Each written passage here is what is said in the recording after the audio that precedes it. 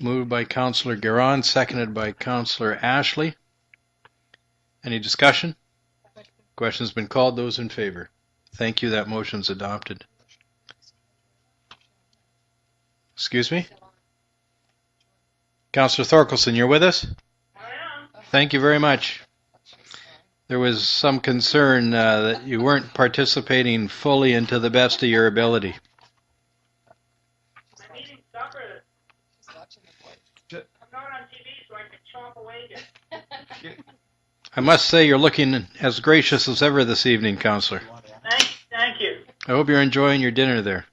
Yeah, it's a sandwich. Next for Council's consideration are the minutes for adoption on the agenda. The recommendation is that the minutes of the special council meeting of October 15th, 2013 be adopted. Moved by Councillor Kenny, seconded by Councillor Ashley. Are there any errors or omissions? Question's been called. Those in favor? Thank you. Those minutes are adopted. Next on the minutes, the recommendation that the minutes of the regular council meeting of October 15th, 2013 be adopted. Moved by Councillor Carlick Pearson, seconded by Councillor Ashley. Are there any errors or omissions? Question's been called. Those in favor? Thank you. Those minutes are adopted. Next, under reports and recommendations, there's a report from the Deputy Corporate Administrator. It concerns a liquor license, and it's a liquor license for Java.Cup Food Primary Entertainment Endorsement.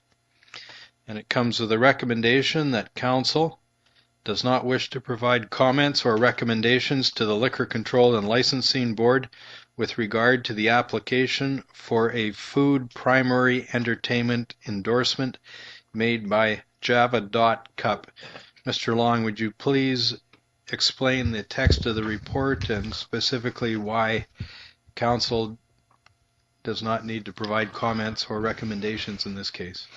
Yes, thank you, Your Worship. I think the point here is not so much on the specific application, but on the process of liquor applications. In fact, the province has a whole branch that deals with liquor licensing. They follow their own regulations. They go through all kinds of process with respect to this, and I think that Council, when we have limited resources, we really need to look at the things that we probably don't need to do.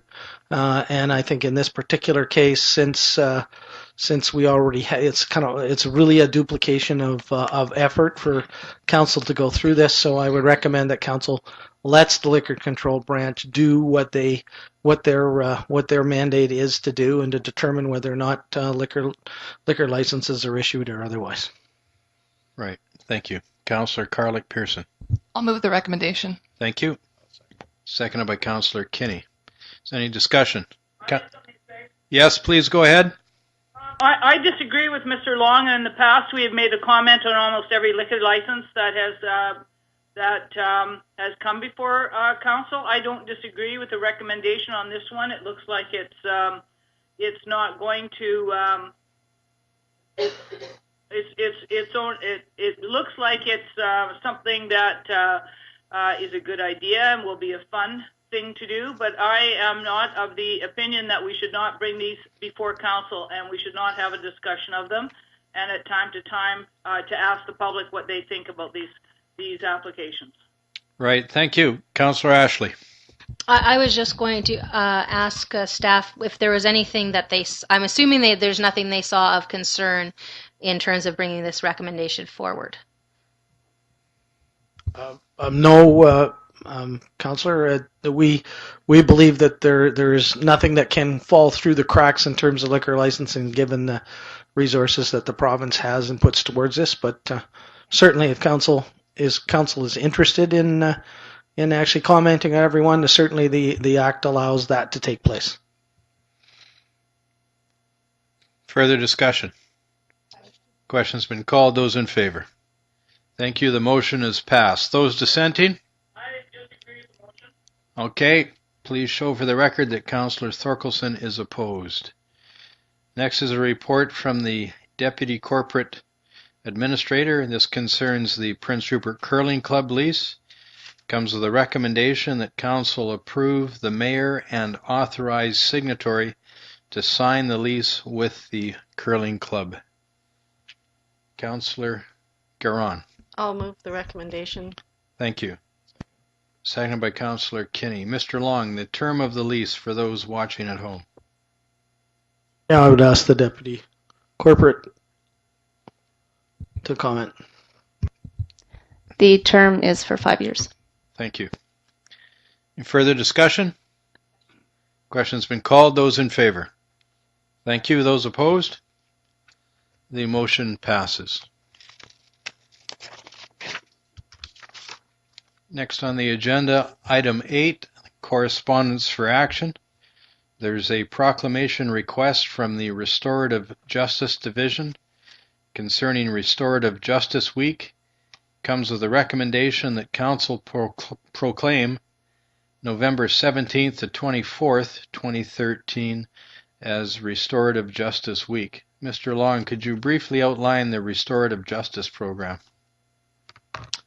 Once again, for those that are not familiar with it, that may not have an agenda.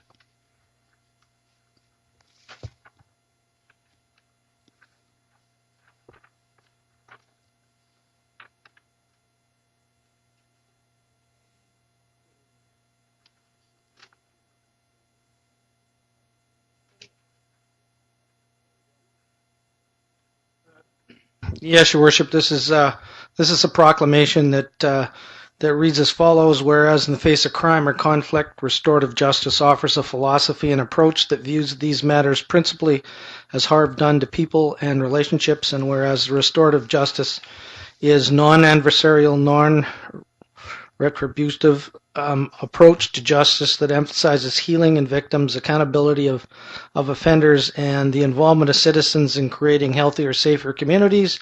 And whereas this year's theme for Restorative Justice Week is inspiring innovation, it is an opportunity to learn about restorative justice, education, and celebrate along with other communities across the country during this week. Thank you. Councillor Carlick-Pearson. I'll move the recommendation that that council proclaim November 17th through 24th as a Restorative Justice Week. Restorative justice is a great alternative to traditional sentencing and everything else that comes with crime. So, when applicable, it's a great alternative for people in the community who have this opportunity to go through something like this rather than go through a court system. So I appreciate the restorative justice work in the community and all the workers that make this happen. So it is a great program, and it has had good results in many communities. It involves quite a time commitment, though, but it certainly has helped out at the right time. Thank you. Seconded by Councillor Ashley. Any further comments? Councillor Kenny, have you had any experience with the restorative justice program? No, I haven't. No, you haven't. Okay. Thank you. Not a bad one. Question's been called. Those in favor? Thank you. Motion passes. Next is a proclamation request from the Prince Rupert Early Childhood Educators of the British Columbia Leadership Team. It concerns a child-friendly city. It comes with a recommendation that council proclaim Prince Rupert as a child-friendly city. The council did do this in the past. I think you had your hand up first, Councillor Kinney. Yes, I was going to make the motion that we do because it's a great thing. So your request is that council adopt the recommendation. Yes, Thank you. Councillor Ashley. Well, I was going to say that I didn't see the point of doing it again since we have already declared ourselves a child-friendly city. If we wanted to, I would be willing to second the motion if it was just an affirmation that that is what we're doing. But when we've made a proclamation before that we're a child-friendly city, I'm assuming we still are. So, Okay. but I'll second it. That's fine. Okay. It's been moved and seconded with notation. Further discussion? Question's been called. Those in favor? Thank you. That motion is adopted. Next we have for council's consideration bylaws, and this is the 2013 to 2015 permissive property tax exemption amendment bylaw number 3335, 2013. Comes with the recommendation that council adopt the 2013 to 2015 permissive property tax exemption amendment bylaw of the number and the year already stated. Councillor Garon. I'll move the recommendation. Thank you.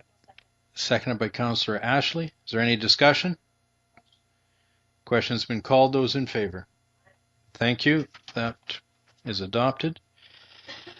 Next for council's consideration is a mayor and council indemnity amendment bylaw number 3336, 2013. It comes with a recommendation that council introduce and give first, second, and third reading to the mayor and council indemnity amendment bylaw number 3336, 2013. Councillor Ashley. I'll move the recommendation. Thank you. Seconded by Councillor Kinney. Is there any discussion? Councillor Ashley, I believe you requested this. Yes, and I wanted to thank staff for putting it on there. Just a quick review in case people didn't see the last meeting. Essentially what the amendment bylaw is doing is freezing council's wages for 2013 just to kind of reflect the help that employees in other parts of the city have done in terms of trying to help us balance our budget. So, thank you. Any further comments? Question's been called. Those in favor? Thank you. That bylaw has been introduced and read for the first, second, and third time and duly adopted. Next we have reports. The city manager, Mr. Long. No, thank you, Your Worship. I have here a memorandum which would outline where some of the council initiatives are. Under finance, we're working on the capital budget, and that's and we've begun the preparations for the 2014 operational budget. As requested by council, finance has been holding or will hold a public information meeting currently being planned for February 2014. This information meeting is to provide the public with the city's budget expectations and revenue for a public dialogue. Under Public Works, paving for 2013 will be complete as of October 31st, 2013. The banners are removed for this year. Repairs are currently underway at the bus stop that was recently vandalized. Salt and sand will be ordered in preparation for winter. Hoping we don't have any, but there you go.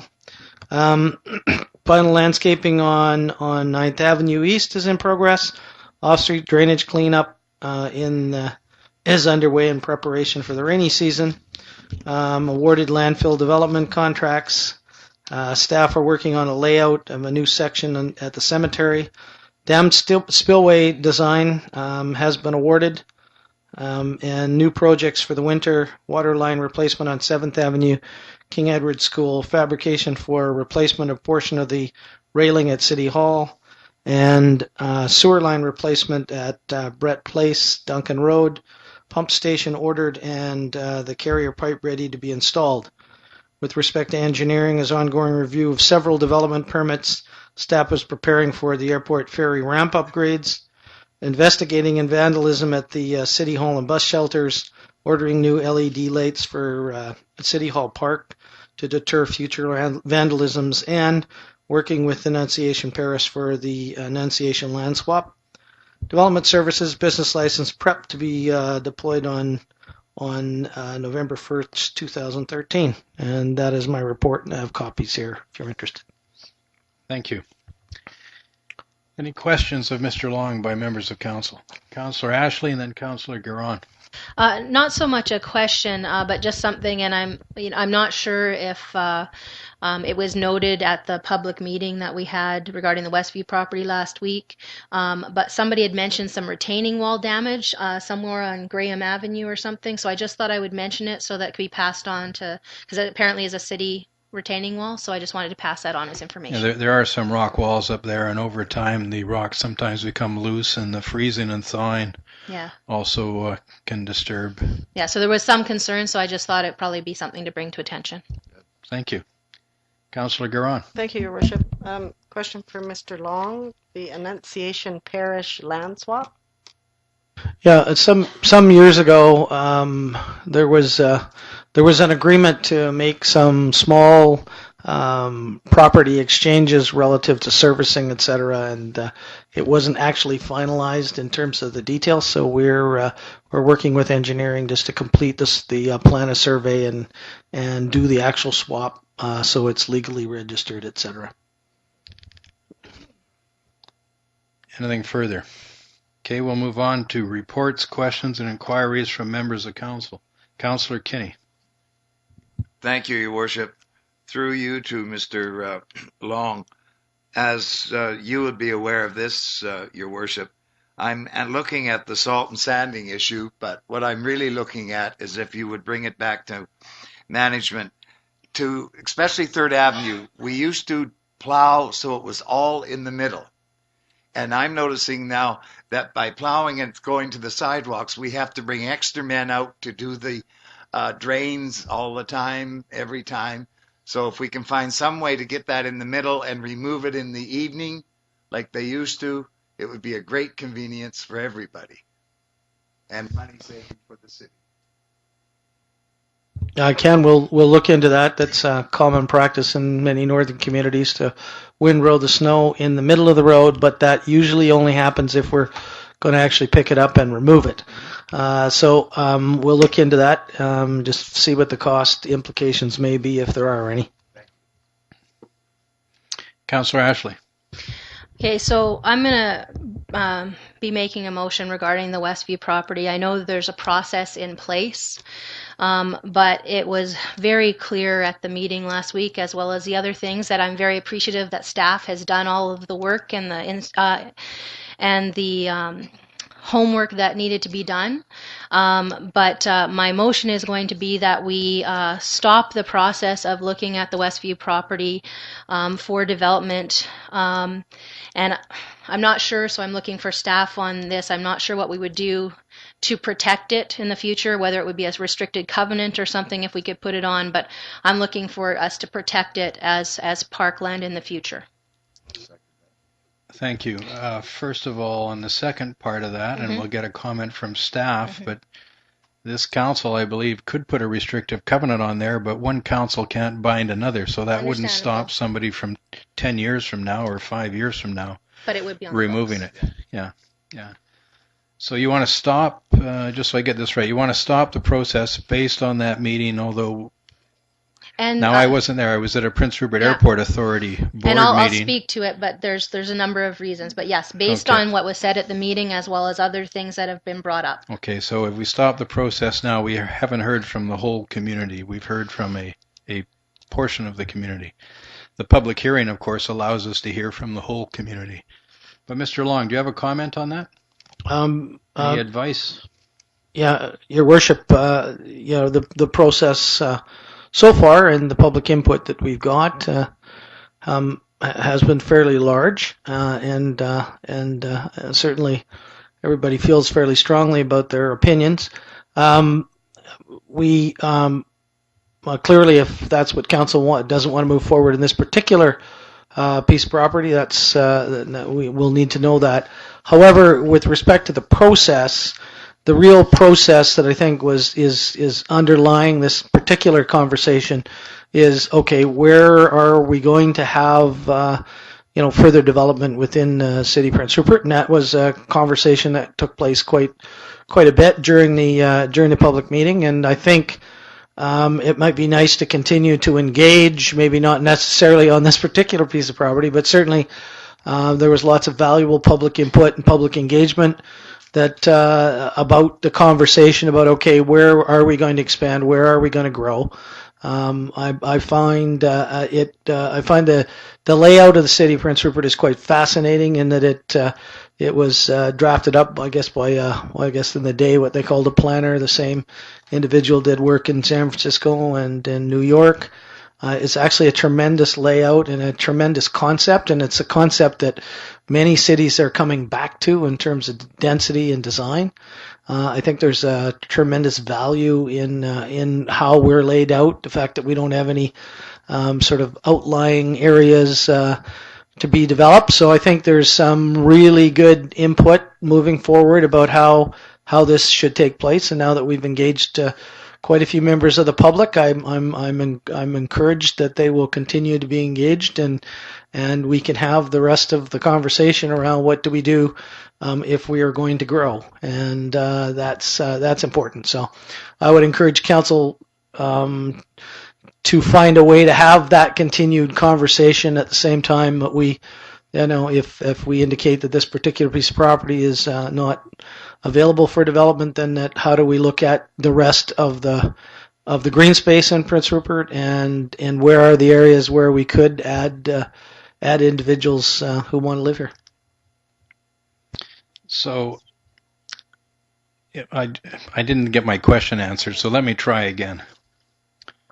So in this case, I take it based on what you said in an indirect sort of way, because the city is the owner of this property,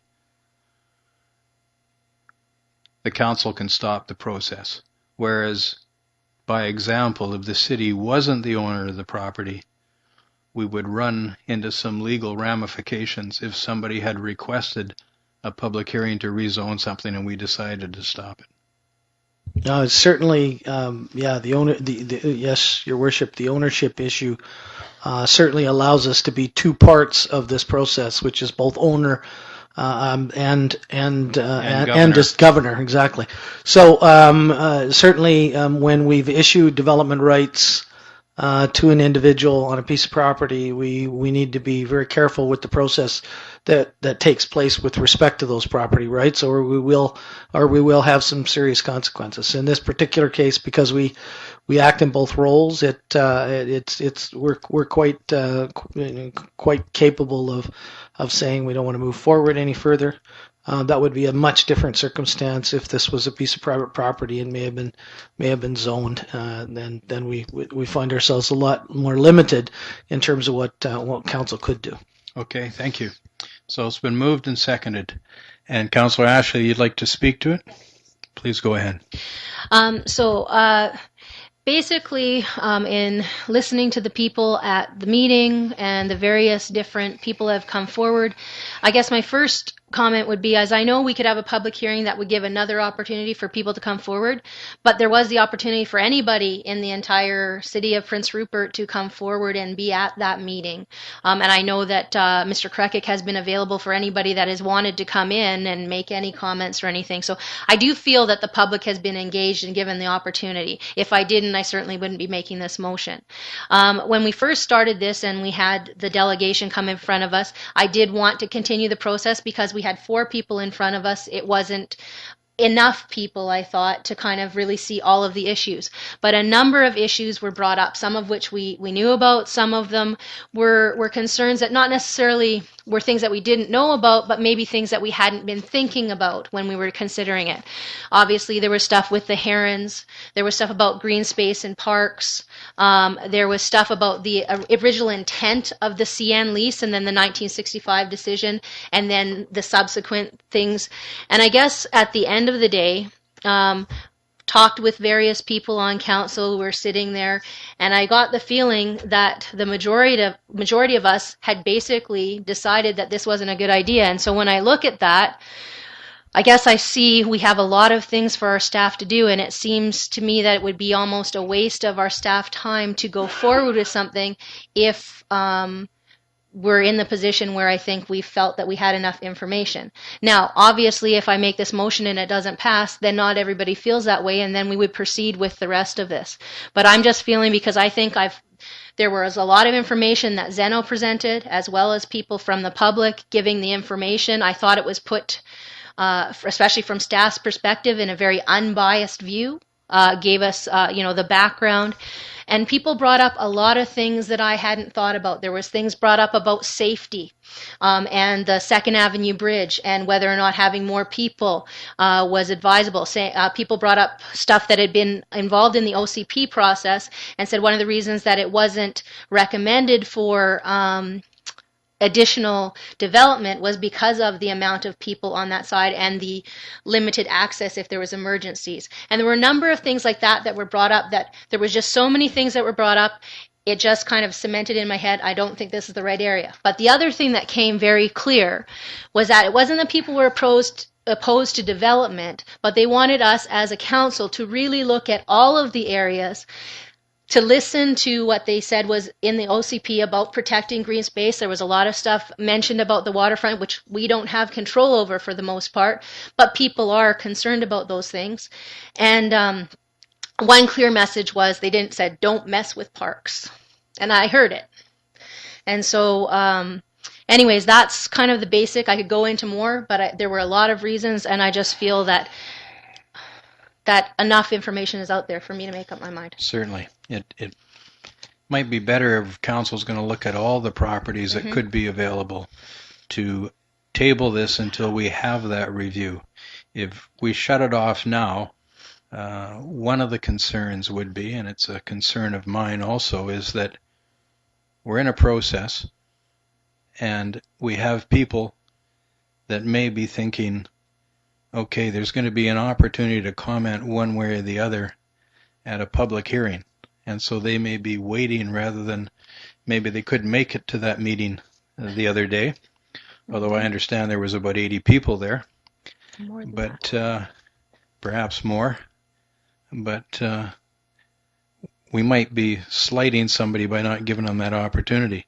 But I understand what you're saying, and you make some good points, and it might not, in the whole scheme of things, if we're going to look at a variety of properties in the community, it might be better to table this until we do that review and then we consider those properties and move on in a formal way. The other thing is that if I understand your motion, and correct me if I'm wrong, that if we just stop this in its tracks now, what do we do with the other property, which, so people can understand this, would be on this side of the park going up the harbor? So the property where the transition house was, the property next door to that, and I understand there's a couple of more lots in there, so there could be 2, if not 3, 50 by 100 foot lots, or perhaps 40 by 100 foot lots that could be utilized there. So if we stop this process, well, maybe I'll ask that of staff. If we stop this process now, what happens with those properties? Mr. Long. It was certainly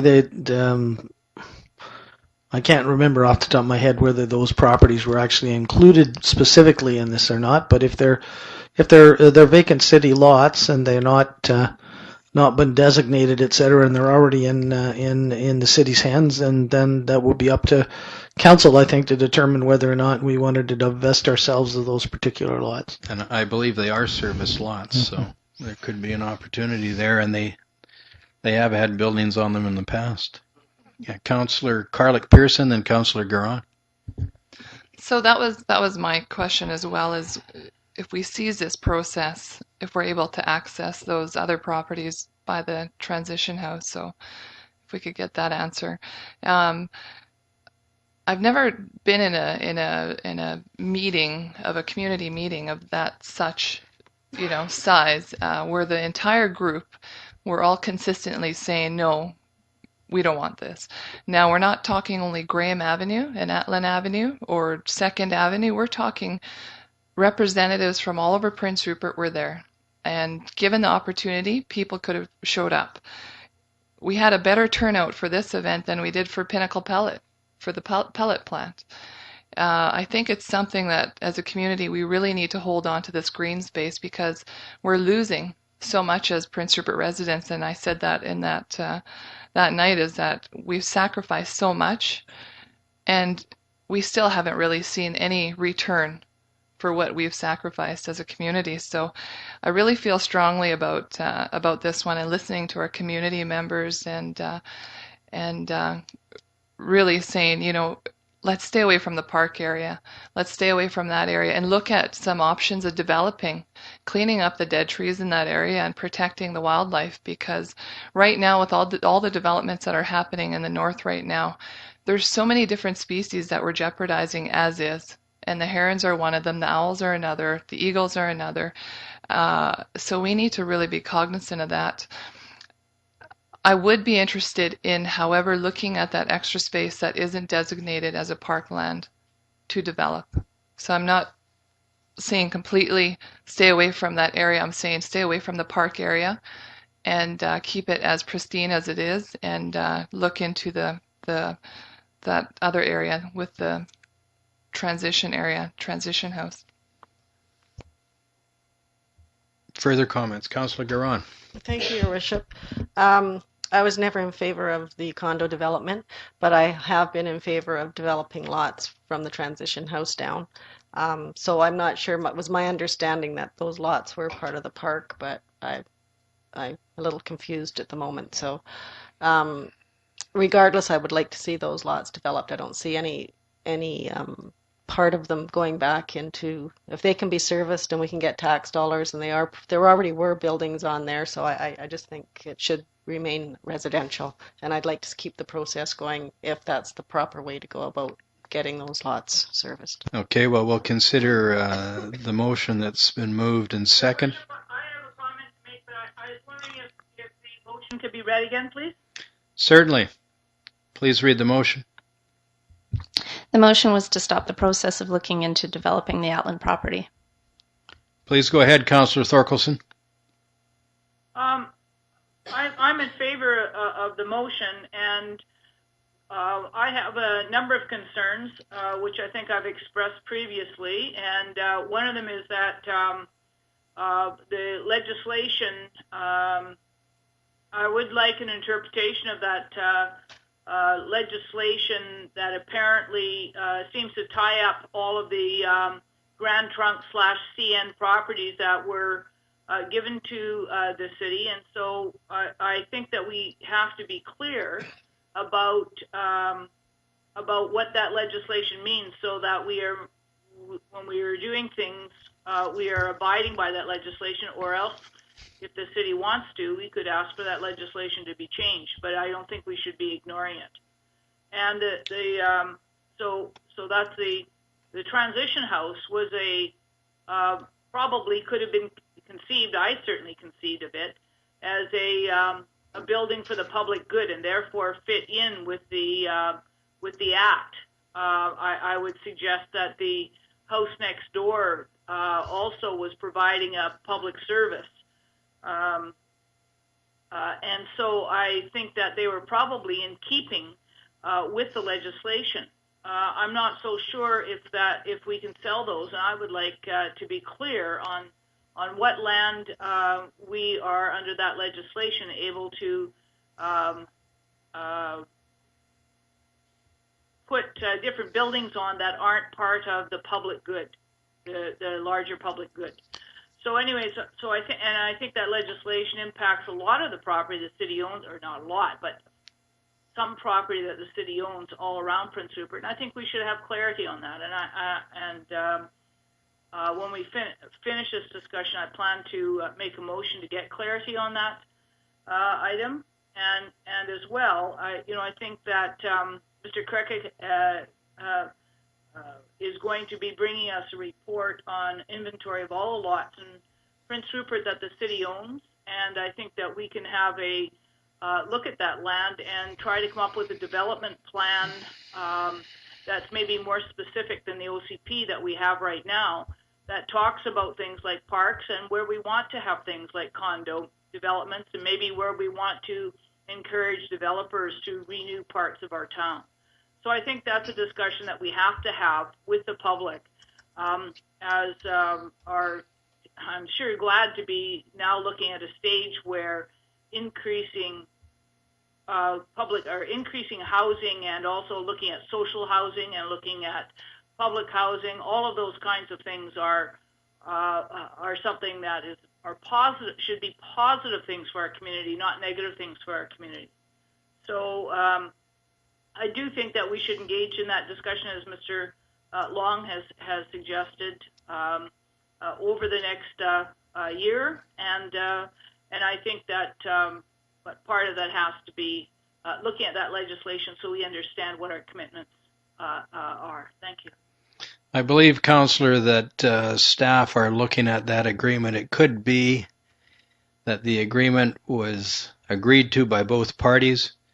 it was deposited at the land title office, but was not registered with each one of the individual pieces of property. So that is under review to see whether or not that agreement does in fact have any force and effect.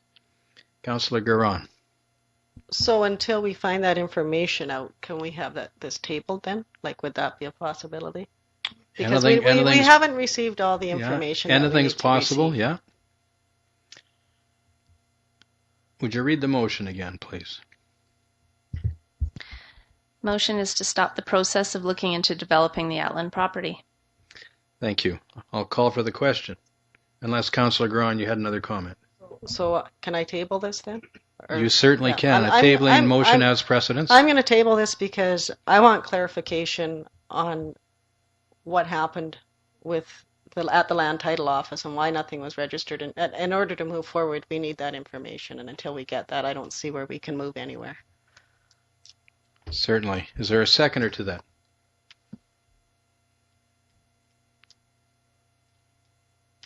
Councillor Thorkelson, did you hear the request? Yes, but I am not seconding it. Okay. There's no seconder. Question on the main motion. Question on the main motion's been called. Those in favor of the motion? Aye. The motion passes. Thank you. I move that the city set up a process to look at the inventory of vacant lots in Prince Rupert, those owned by the city and those owned privately, that we can over the next year inform a public process that can have a look at what kinds of development we would want in different parts of the city, and that we involve the public in looking at where we would like to locate parks and what kind of future development we'd like to look for our healthily growing town.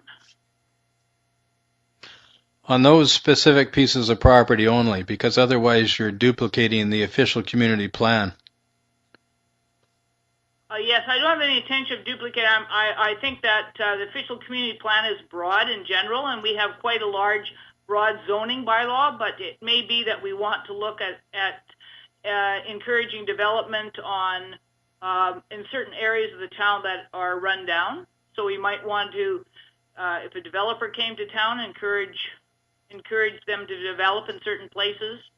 I think we need to have a development plan, which I believe is different than a zoning plan or an OCP. Also, that we need to have a look at where we want our parks to be located and have a look at a policy that establishes or ensures that we have parks and have them spread around town for some kind of access for people in different parts of the community.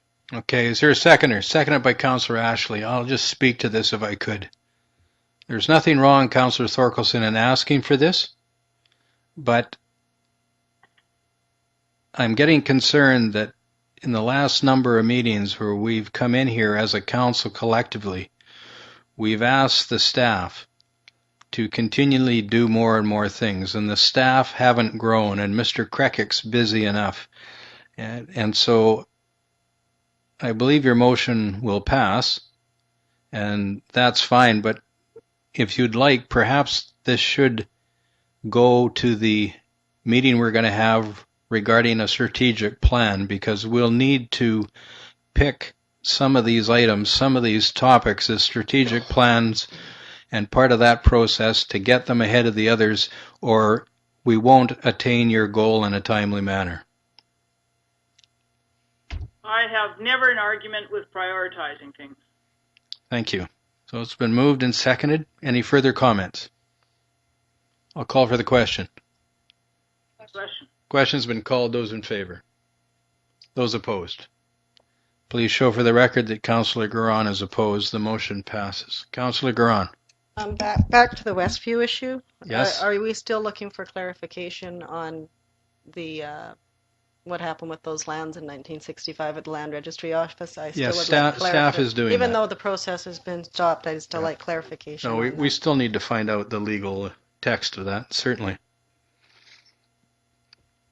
Anything further from council under reports, questions, and inquiries?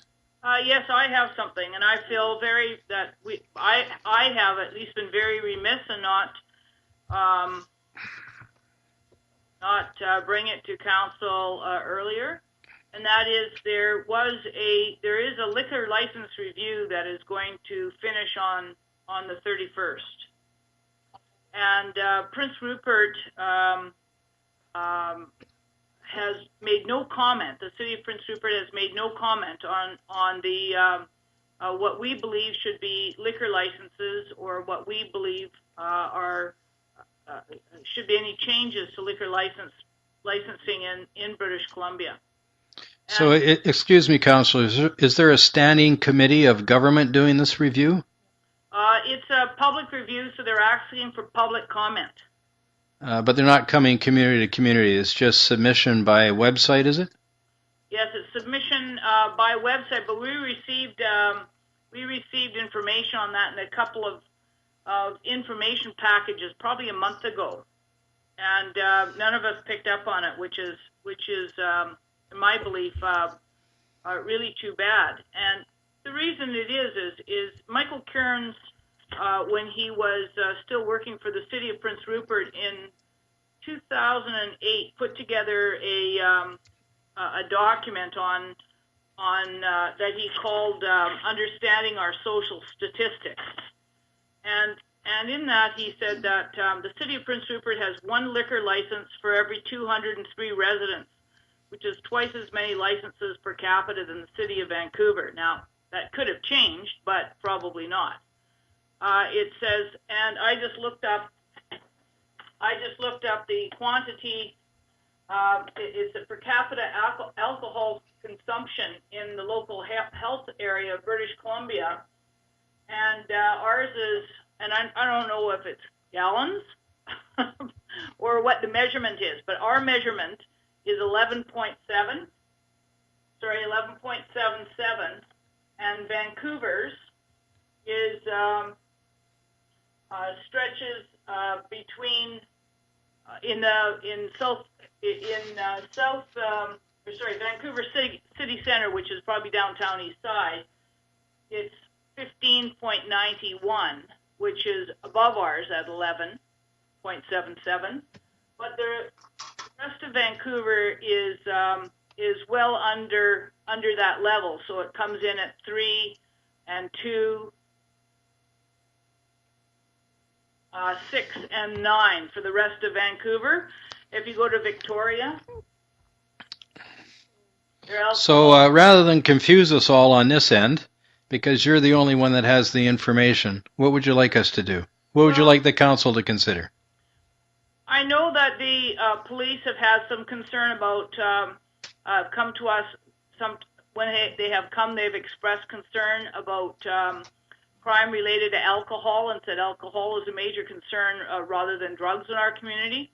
And I think that if it's at all possible, and I know you've just given us a lecture about staff time, and I understand that, but I was hoping that somebody on staff could make a quick report about our concerns about anything that would make liquor consumption increase in a manner that was disruptive to the community. I mean, we don't really have any policies on it, but what we do know, though, that in our community we have a high level of alcohol consumption, and that combined with many of our other disadvantages, it leads to social problems and disruptions. And I really don't think that, in my opinion anyway, that we should be encouraging loosening of liquor licenses to the point where it becomes easier for children to get alcohol, where it becomes easier for bars to stay open later at night and create bigger disturbances. I certainly don't think that making it easier to achieve buy liquor by having it in the corner stores would be something that that is a good that would be a good thing to do in our community. So I don't know how far the other councillors would like to go. I don't really want to set a policy for Prince Rupert at the 10th or 11th hour, but I also think that somebody should give some thought to at least cautioning the provincial government that we don't think that we should be opening the doors to make socially irresponsible, to increase the possibility of socially irresponsible drinking. That's your motion? Yes, that's what my motion. Repeat it one more time, please. That staff write a short brief by the 31st to the Victoria, the Ministry of whatever it is. That's sorry, I don't have too many papers around here, but I can tell to the relevant ministry, expressing council's concern that liquor laws not be loosened to permit easier access for juveniles. Okay, thank you. Is there a seconder? Seconded by Councillor Ashley, and she'd like to speak to it. Please go ahead, Councillor. So because I know staff time is limited, what I'm going to suggest, I like the idea of short letter, but I think that since we've got Councillor Thorkelson and the rest of council, if there's concerns that we have, maybe we could email them to staff in the next day so that they've got kind of a basis to draft a letter from, and then they wouldn't have to do a bunch of research. They could simply address the concerns that we have. And I'm not sure how people feel about that, but I think that might allow us to get the concerns out, but not take up a lot of staff time. We can try it.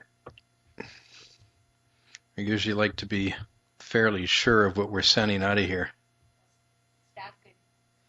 Staff could email it to us and do a little, is this okay with you, I suppose? Councillor Garon. I believe this was more of a public process. I heard ads on the radio. I think you could possibly go on a website. I was driving. I wasn't paying attention a lot to it, but I don't know if anybody from Prince Rupert has made submissions on it. Perhaps individually we could all do our part. Like Joy says, this is the 11th hour. I mean, I'm sure we all have different concerns, but I think we're a little late in the game. So I think if everybody individually wants to make their own submission, I think they're more than welcome to get on the phone or get on the internet and put their 2 bits in, as well as the rest of the community. I don't feel we've given council enough time to debate this. So. Okay, well, there is a motion on the floor, though, which has been duly moved and seconded, so I'll call for the question. Question. Question's been called. Those in favor? Aye. Those opposed? The motion fails. Thank you. Is there anything further from members of council? Okay, I'll give the mayor's report. First of all, before I give the mayor's report, I've got one thing here out of the information package. And this is put on by the Northwest Community College, but it's being held at the Friendship House. And the tuition is free. And it's called Prince Rupert Life Skills. It talks about learn life skills, interactive workshops. They're providing healthy, free lunches and breakfasts. And it's 3 one-week sessions. And they're Monday to Friday from 9:30 a.m. to 3 p.m. And there's one left for there's 2 left. One is November 4th to 8th, 2013, and the other is December 2nd to 6th, 2013. And the topics include housing issues, healthy living, esteem and confidence building, access to services, social justice, interpersonal relationships, and financial literacy. And you can register in class or at the Northwest Community College, but once again, it's being held at the Friendship House, and tuition is free for anybody that's interested. Now for the mayor's report. I met with the president and CEO as well as a board member from the Knowledge Network, who are promoting the Knowledge Network across northwestern British Columbia. I attended the Prince Rupert and District Chamber of Commerce meeting for the month of October, at which they announced this year's Rising Stars program participants and local sponsors. I once again looked at the figures and airline passenger traffic for the period January 1st to September 30th, 2013, as an overall increase of 3.8% through the Prince Rupert Airport at Digby Island. I participated in a meeting with representatives of the BG Group, who will be responsible for the proposed liquefied natural gas export facility at Ridley Island. Councillors Ashley and Kenny were also in attendance. And I should say that as a result of that, they plan to come back, of course, after the by-election on November the 16th, and they plan to do a presentation, and they said if any members of council have any questions with regards to natural gas or the liquefaction of it or the export of it, to please send them your questions, and they'll certainly answer them. And as well, when they're here, if you have any questions, you can ask then, and they'll certainly answer them. Councillor Ashley. Just a quick question with regards to that. Would that be something that if there were members of the public that wanted to email and had questions, could we allow for some of that too? I'm just wondering. I don't know if that was part of what... to hold the meeting to some sort of procedure, which we have to do in accordance with our procedure bylaw, members of the public could certainly email their questions to members of City Council who would be free to ask them. Thank certainly, you. Yeah. I participated in a meeting with the local trucking company representatives and the Royal Canadian Mounted Police Inspector from the Prince Rupert Detachment to discuss the heavily loaded semi-trailer trucks that are transiting the main road corridors of the city. Road awareness, road design, driving conditions, and types of vehicles using these roads were discussed. The emphasis needs to be on safety and other vehicles that are sharing the roads. Greater awareness by everybody using the roads, including pedestrians, was also discussed. The trucking company representatives will be discussing these various concerns as it relates to the vehicle operations with their drivers, and the largest concerns are cornering ability of heavy trucks and the speed of vehicles and the volume of traffic, as well as the flow of the traffic. It's important that pedestrians also be cognizant of the flow of traffic and the large trucks when they are going to cross a road. Also attending were councillors Ashley, Garon, and Kenny. I attended the opening of the Coastal Business Resource Centre. This is the first business centre to open in the city, providing individual offices and boardroom facilities to companies needing facilities. Out of the 12 individual offices available, 11 are already occupied.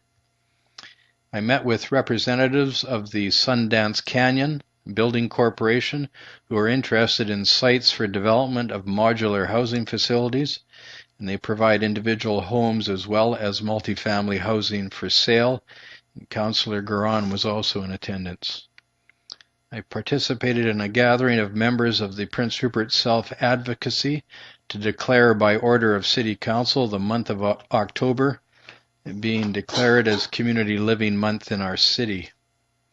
I attended the graduation ceremony for 14 students who graduated from the first cohort of the Northwest Aboriginal Canadian Entrepreneurs Program in Prince Rupert. This program is sponsored by the Peter B. Gustafson School of Business through the University of Victoria and locally by Tricorp. The students also had mentors from this region, and one of those mentors was Councillor Carlick Pearson, who was also in attendance at this graduation. The program has just started its second cohort. I attended the Prince Rupert Marina Stakeholders Meeting to review proposed marina designs and placement within a water lot. This consideration for an itinerant vessel marina to attract marine vessels transiting our region of the coast who would like to utilize local goods and services. I attended the Prince Rupert Airport Authority Board of Directors meeting for this month of October 2013.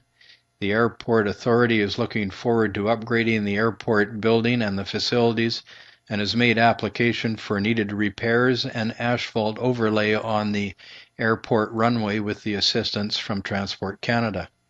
The Prince Rupert Airport is capable of accommodating the following aircraft: the Boeing 767-200s, the Airbus 319s, and the Boeing 727 trimotors. Use of these aircraft at the Prince Rupert Airport will be a consideration as growth is experienced. I attended an open house in support of residents who help the community at large by doing foster parenting. This open house was in appreciation for their efforts as foster parents who do their work on a 24-hour, 7-day-a-week basis. And this event was sponsored on behalf of the provincial government, involving child services and the individual ministry employees here in Prince Rupert. I attended the City of Prince Rupert public information session concerning the Airport Authority Agreement Loan Authorization Bylaw number 3333, 2013. And this was an opportunity to provide additional information for residents of Prince Rupert so that they could ask questions and review the information concerning the purpose of the bylaw in support of the Prince Rupert Airport. Councillors Ashley and Kenny also were in attendance. I participated in a task force to transition the Western Transportation Advisory Council to Canada's Not-for-Profit Corporations Act. The task force members are working through governance changes on an organizational basis. The city and various local shipping and marine-related entities are members of the organization, along with the federal government and the provincial governments of the 4 western provinces. I attended the first in a series of local trade talks hosted by the Prince Rupert Port Corporation and Quickload. The trade talk presenters gave an overview of port activities, and in particular the Quickload operations and the services they provide at the port in conjunction with other operators. They operate both a container stuffing facility as well as a container inspection service and have facilitated bulk shipments of gravel. I attended the Prince Rupert Rotary Club dinner meeting. This club was started in 1921, and at the dinner their guest was the district governor of Rotary, who has 52 clubs within the district. He talked about the fundraising efforts of Rotary, who in conjunction with the Bill and Melinda Gates Foundation and others are working to eradicate the disease polio. He also presented the Paul Harris Fellowship Award for support to community and volunteerism through Rotary to 3 individuals. And that was to Jim Martin, to Maureen Makarenko, and to the late Agnes Krantz. I participated in the second BG Canada Marine Workshop to discuss marine-related shipping issues associated with BG Group's proposed Prince Rupert liquefied natural gas export terminal project on Ridley Island. This workshop focused on proposed waterside activities adjacent Ridley Island and existing area marine users, vessel traffic, marine vessel routing, and fishing activities. Councillor Joy Thorkelson was also participating. I attended the 2013 Ridley Terminal's Northern Art Initiative exhibit held at the Museum of Northern British Columbia Art Gallery until the middle of November 2013. And there are 19 pieces of art that Ridley Terminals has purchased from artists throughout northern BC. This is the 3rd year of this Ridley Terminals initiative in support of artists and their art. Ridley Terminals then donates this $50,000 worth of art to charities to use in fundraising endeavors. There is a further benefit also, and that allows artists to become known to a wider audience. The last item, I participated in the University of Northern British Columbia Northwest Regional Advisory Council meeting. The participants expressed the growth that is taking place in the northwest of the part of the province and the need for more educational courses and training in specific occupations, along with the desire to have the education and training closer to home. And the facilitators are considering expanding the university's campus in Terrace. That concludes the report. Mr. Long, have you anything further? No, I don't, Your Worship. Okay, I'll ask the council to terminate this meeting, and we'll move on with other agenda items. Thank you. It's been moved by Councillor Carlick-Pearson, seconded by Councillor Ashley, that this meeting stand adjourned. Those in favor? Opposed? This meeting stands adjourned.